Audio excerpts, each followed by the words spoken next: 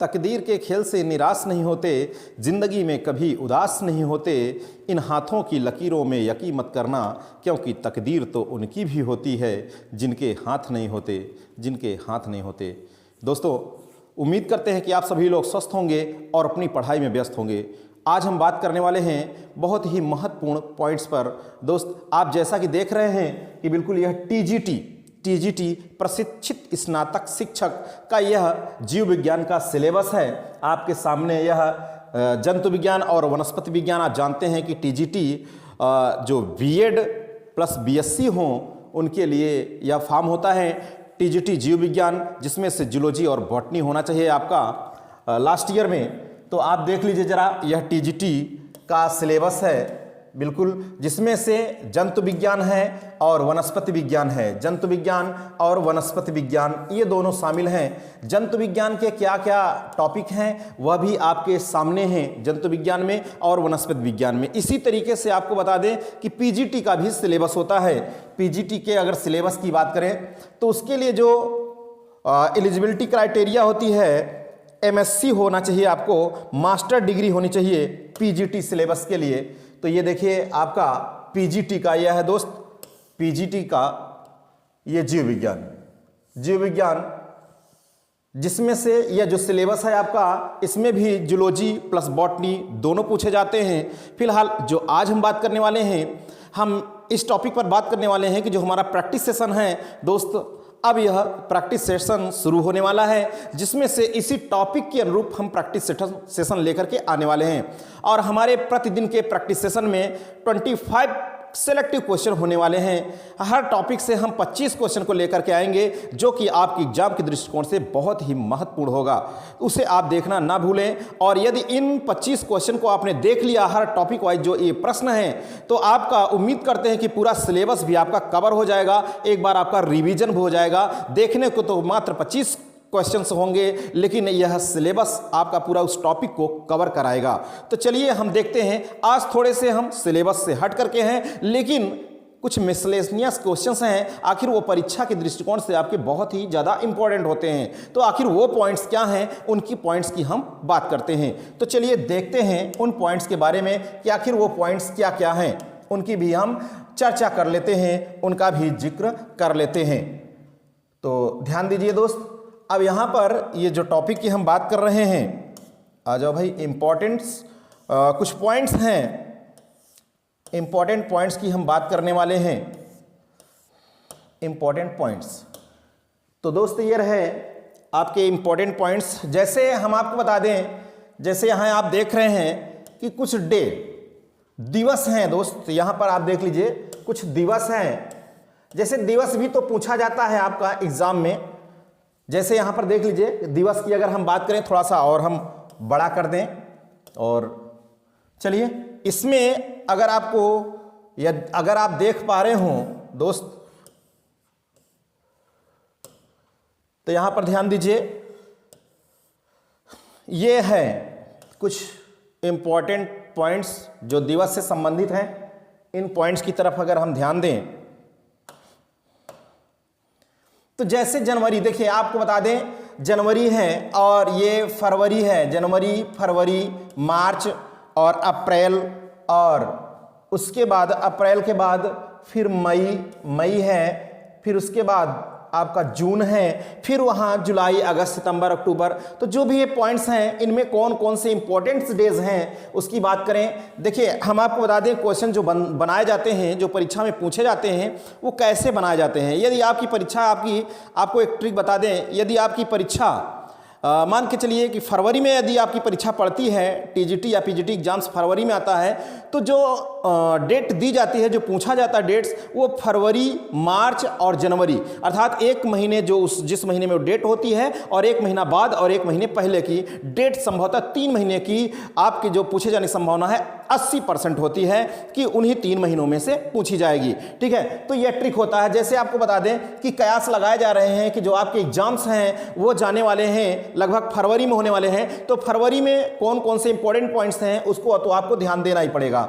जैसे यहां पर देख लीजिए, जो जनवरी है, 12 जनवरी को नेशनल यूथ डे होता है, राष्ट्रीय युवा दिवस होता है, और 30 जनवरी को नेशनल एंटी लेप्रोसी डे होता है।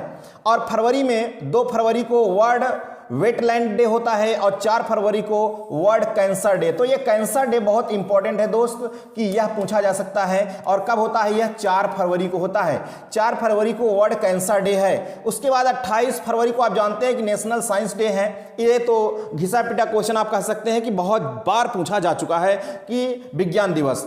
और उसके बाद मार्च में आप देख लीजिए कुछ इंपॉर्टेंट, जैसे 3 मार्च को है world wild life day, WWL day. ठीक है, यानी वर्ल्ड वाइल्ड लाइफ। ठीक है, विश्व वाइल्ड लाइफ डे कब होता है? 3 मार्च को होता है।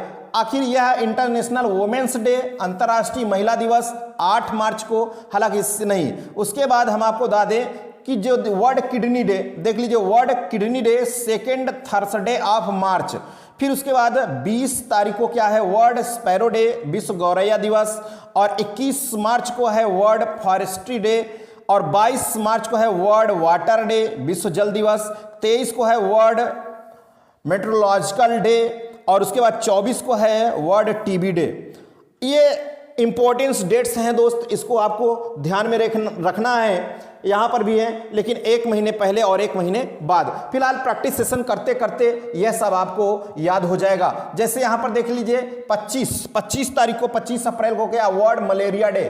वर्ल्ड मलेरिया डे, ठीक है, 25 अप्रैल। ठीक है, 25 अप्रैल वर्ल्ड मलेरिया डे, बहुत ज़्यादा इंपॉर्टेंट है। उसी तरीके से हम आपको बता दें, देखिए जरा यहाँ पर यदि हम आगे बात करें तो कुछ डेट्स और भी हैं। जैसे देख लीजिए यहाँ पर जुलाई, अगस्त, सितंबर, अक्टूबर और नवंबर और दिसंबर। ठीक है, दिसंबर में।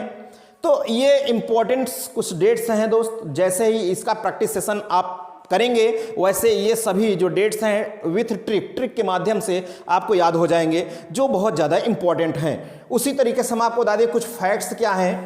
जैसे miss numerous in animal kingdom है, कुछ कॉमन नेम है, जैसे जेलीफिश का जूलॉजिकल नेम ऑरेलिया ऑरिटा है, और किस क्लास का है? स्काइफोजोआ का है, और फाइलम सिलेंट्रेटा है। जेलीफिश कहने तो फिश लग रहा है मछली, लेकिन है सिलेंट्रेटा का। ठीक है, पैडल वर्म है और रैग वर्म है, सैंड वर्म है। ये सभी जो इसके उपनाम है, जैसे देखिए सिल्वर फिश है। ठीक है, लिपिस्मा को कहते हैं, इंसेक्टा क्लास का है, और आर्थ्रोपोडा का है, फाइलम आर्थ्रोपोडा का है। ये सिल्वर फिश कहने को तो फिश है दोस्त। ठीक है, अब यहाँ पर ढेर सारे ये उपनाम हैं और उनके जो है जूलॉजिकल नेम है, क्लास है और फाइलम है, बहुत ज़्यादा इंपॉर्टेंट है। हाँ, कुछ हमारे पास ये पॉइंट्स हैं कनेक्टिंग लिंक का। कनेक्टिंग लिंक्स, यह भी आजकल बहुत ज़्यादा क्वेश्चन बन रहा है। कनेक्टिंग लिंक्स अर्थात ये संयोजी कड़ी। ठीक है, जैसे देख लीजिए यहाँ पर कह रहा connecting links show the characters of 2 related groups. 2 समूहों के लक्षण में समानता के आधार पर कनेक्टिंग लिंक जो बनाए गए, जैसे वायरस किसके बीच की कड़ी है वायरस? तो दोस्त between non living and living, सजीव और निर्जीव के बीच की कड़ी कहा जाता है। किसको? वायरस को कहा जाता है। वायरस को सजीव और निर्जीव के बीच की कड़ी कहा जाता है। उसी तरीके से प्रोटीरोस्पंजिया जो कि एक प्रोटोजोवन है, प्रोटीरोस्पंजिया ये किसके बीच की कड़ी है दोस्त? Protozoa and Porifera. ठीक है, पी प्रोटीरोस्पंजिया, पोरीफेरा और प्रोटोजोआ दोनों के बीच की कड़ी है प्रोटीरोस्पंजिया। उसके बाद यूग्लिना देख लीजिए, यूग्लिना जो कि एक प्रोटोजोवन है, ये किसके बीच की कड़ी है? Plants and animals. Euglena plants and animal के बीच की कड़ी है। नियोपिलाइना ये जो कि एक मोलस्का है, मोलस्कन का है नियोपिलाइना। एनिलिडा और मोलस्का का यह मोलस्का के बीच की कड़ी है, इसको हम कहते हैं नाम। क्या कहते हैं दोस्त? नाम। M for Mollusca, A for Annelida, N for Neopilina. Neopilina, Annelida और मोलस्का के बीच की कड़ी कहा जाता है। उसी तरीके से हमारे पास और भी कुछ नाम हैं जो कि बहुत ज़्यादा इंपॉर्टेंट हैं। देख लीजिए ढेर सारे जो कि इंपॉर्टेंट है आपकी एग्जाम के दृष्टिकोण से। यहाँ पर आप देख रहे हैं जैसे सिलोकैंथा जो कि एक फिश है, ये फिश और लैंड वर्टिब्रेट के बीच की कड़ी है। और उसी तरीके से साइमोरिया जो कि रेप्टाइल है, एम्फीबियंस एंड रेप्टाइल के बीच की कड़ी है। और पेरिपेटस, ये तो पूछा गया दोस्त कई बार, पेरिपेटस जो कि एक आर्थ्रोपोड है, पेरिपेटस आर्थ्रोपोडा और एनिलिडा के बीच की कड़ी है, इसको आप कह दीजिए पा। यह क्वेश्चन पूछा जा चुका है दोस्त, 2 बार पूछा जा चुका है कि पेरिपेटस किसके बीच की कड़ी है, तो एनिलिडा और आर्थ्रोपोडा के बीच की कड़ी है। P for Peripatus, A for Annelida, A for Arthropoda, ठीक है, इसके बीच की कड़ी है। फिर लंग फिश है, लंग फिश किसके बीच की है, फिश और एम्फीबिया के बीच की कड़ी है। लैटिमेरिया है। आर्कियोप्टेरिक्स, देखिए आर्कियोप्टेरिक्स भी पूछा गया है कि बर्ड एंड रेप्टाइल्स के बीच की कड़ी है। ABR, आप कह दीजिए ABR, ठीक है, ABR Archaeopteryx bird and reptiles, हमारा नाम समझिए दोस्त, ठीक है, ABR। A for Archaeopteryx, B for bird और R फॉर रेप्टाइल्स, बर्ड और रेप्टाइल के बीच की कड़ी है आर्कियोप्टेरिक्स, ठीक है। उसी तरीके से बेलेनोग्लासस है। और डक बिल्ड, यह भी पूछा गया है, प्लेटिपस, डक बिल्ड प्लेटिपस अर्थात प्रोटोथेरियन मैमल्स, ये किसके किसके बीच की कड़ी है, रेप्टाइल्स एंड मैमल्स। तो कुछ बहुत ज़्यादा इंपॉर्टेंट इसमें पॉइंट्स हैं जो कि आपके एग्जाम के दृष्टिकोण से बहुत ज़्यादा इंपॉर्टेंट है दोस्त, ठीक है।